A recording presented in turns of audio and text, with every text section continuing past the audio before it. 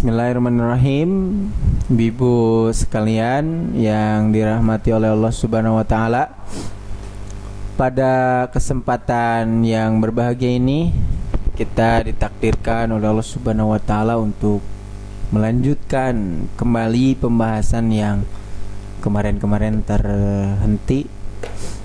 Pembahasan yang saat ini sedang kita bahas yakni berkaitan dengan saudara-saudara ina.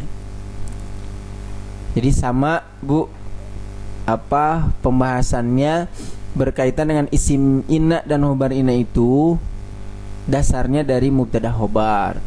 Mubtada, khobar, mubtada, kemudian isim kana, khobar kana, isim ina dan khobar ina itu sama ya, secara keseluruhan sama. Perbedaannya kalau mubtada marfu, khobar marfu, isim kana marfu, isim khobar kana mansub. Nah, sedangkan isim inna mansub dan khobar inna marfu. Di cara mengenalnya itu mubtada khobar marfu, isim kana khobar kana marfu mansub, isim ina dan khobar ina mansub marfu. Sebagaimana kana memiliki saudara-saudara, ina pun sama. Hanya ina itu lebih sedikit. Jadi saudara-saudara ina itu hanya ada 4. Kemarin-kemarin sudah dijelaskan 1, 2, 3 ya. 3 saudara ina, yakni ka'anna, lakinna, sama la'ala. Nah, sekarang ini kita fokus pembahasannya kepada saudara inna yang terakhir, yaitu laita. Sebagaimana yang ada di layar ini, akhwatu inna, saudara-saudara inna yang terakhir adalah laita. Berkaitan dengan laita nanti akan dibahas apa faidah daripada laita, apa laita itu. Kemudian nanti dari laita bisa nyambung atau disertai dengan ya laita, nanti ya-nya apa. Kemudian laita kalau bersambung dengan ya jadi laitani. Jadi berkaitan dengan laita hanya 3 pembahasan. Baik, next. Laita. Apa itu laita? Nah, seperti biasa dulu Bu, kalau bertemu dengan inna atau saudara-saudara inna maka nanti harus ditemukan isim laita. Ini isim laita, kemudian khobar laita. Nah, sebelum kepada isim laita dan khobar laita, laitanya dulu kita pahami apa laita itu. Di sini harpun musyabbahun bil fi'li, ini mohon maaf ya, tertutup. Harpun musabbahun bil fi'li, huruf yang diserupakan dengan fi'il. Semua saudara-saudara ina itu irobnya sama, harpun musabbahun bil fi'li. Hanya yang perbedaannya adalah yufidut tamanniya. Apa tamanniya itu? Harapan yang tidak akan mungkin terjadi. Nah, suka diterjemahkan dengan kata sekiranya, andai saja, atau seandainya dan sebagainya. Jadi saudara-saudara ina itu memiliki makna yang berbeda. Seperti ka'anna itu yufidu tashbih, lakinna yufidul istidrak, kemudian la'alla yufidu tarojia. Nah, sekarang ini yufidu tamanniya. Nah, sesisanya irobnya sama, yansibul isma, menasabkan isim nanti di depannya, kemudian wa yarfa'ul khobar dan merofakan khobar. Dia mabni atas fathah, la mahalla lahu minal i'rab, karena dia termasuk huruf. Ini laitanya. Contoh secara keseluruhan seperti apa? Laitas sababa aidun. Artinya adalah seandainya as-sababa, waktu muda itu kembali. Nah, ini adalah ucapan orang yang tua, orang yang telah mengalami masa tua. Lalu dia mengatakan seperti ini, andai saja masa muda itu kembali. Artinya tidak akan mungkin, harapan yang tidak akan mungkin terjadi. Sepertinya laita, makna laita di sini ya.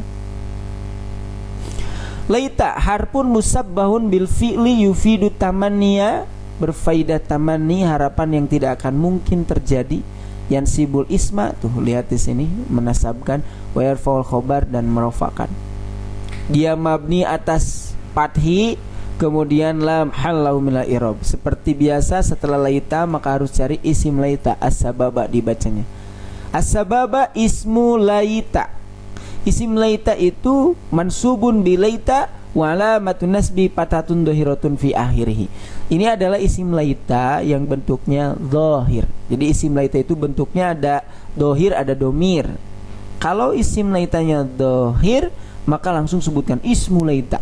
Tapi kalau misalkan isim laitanya dhamir, laitakum, laitaka, laitahu, laitahuma, nah itu sebutkan dulu, diuraikan dhamir mutasil mabni ala apa, timbali nasbin ismu laita. Nanti ada contohnya.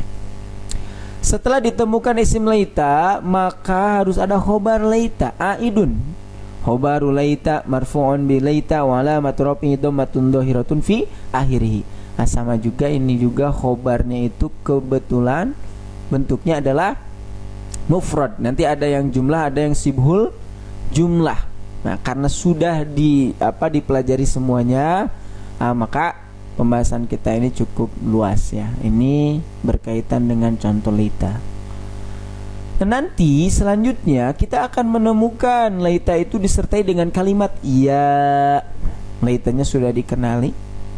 Nah, lantas kalau kita menemukan ya, nah ini ya itu ya, sebetulnya kita belum mempelajari, tapi sedikit wawasan saya kenalkan. Ya itu adalah huruf seruan yang suka diterjemahkan wahai. Itu yang pokok. Tapi kalau misalkan ya bertemu laita, tidak ada yang dipanggilnya, maka ya ini bermaksud harfu tanbih. Apa itu tanbih? Huruf untuk menggugah perhatian si pendengar. Jadi dengan ungkapan ya laita, orang yang berkata itu bermaksud untuk menggugah, memfokuskan, menghidupkan perhatian si pendengar. Itu disebut dengan tanbih. Mabni ala sukun, la mahala lahu min al-i'rab, seperti biasa dia huruf. Laitanya harfun musabbahun bil fi'li yufidu tamanniya. Tamanni mengharapkan sesuatu yang tidak akan mungkin terjadi. Yansibul isma wa yarfa'ul khabar mabni alal fathi la mahala lahu minal i'rab. Itu ya laita. Selanjutnya satu lagi, laitani. Bagaimana kita mengirobkan laitani? Laitani itu terbagi kepada 3 kalimat, laita, ni, dan ya. Laita harfun musabbahun bil fi'li yufidu tamanniya yansibul isma wa yarfa'ul khabar mabni alal fathi la mahalla lahu minal i'rab. Sedangkan ni-nya adalah nunul wikoyah. Nunul wikoyah, wikoyah itu artinya adalah menjaga supaya harokat sebelumnya ini fathah tidak menjadi kasroh. Asalnya itu laita itu mau digabungkan dengan ya, laita dengan ya. Nah, itu tidak bisa. Kenapa? Karena laita harus mabni senantiasa fathah, kemudian ya harus sebelumnya kasroh. Jadi laita bersambung dengan ya itu susah nyambungnya itu. Kedua-duanya saling egois. Laita dia tetap ingin patah, kemudian ya ingin dirinya itu terpenuhi menjadi kasroh. Nah, ketika laita bersambung dengan ya, itu terjadi perdebatan. Maka ada seseorang yang bijaksana, yaitu namanya nunul wikoyah. Nunul wikoyah ini adalah menjaga harokat sebelumnya supaya tidak kasroh, jadi tidak laiti gitu. Nah, maka dengan nun ini terjaga harokat sebelumnya. Apa nun ini? Nunul wikoyah. Dia harfun mabni alal kasri. Mohon maaf, ini bukan sukun ya, tapi mabni alal kasri. La mahalalahu minal i'rab. Sedangkan ya-nya adalah domir mutasil mabni ala sukun fi mali nasbin ismu laita. Ini yang disebut dengan isim laita, bentuknya domir. Nah, jadi ketika kita menemukan kalimat laitani, sudah ada isim laitanya, tinggal dicari khobar laitanya. Apakah mufrad, jumlah, sibul jumlah, dan itu semuanya sudah dijelaskan. Nah, barangkali itu yang bisa disampaikan pada kesempatan kali ini, mudah-mudahan bisa dipahami. Nah, nanti seperti biasa setelah kaidah ini kita pelajari, maka kita akan membahas atau mengerjakan latihan sebagaimana kita bisa memahami pembahasan ini, maka akan terlihat dari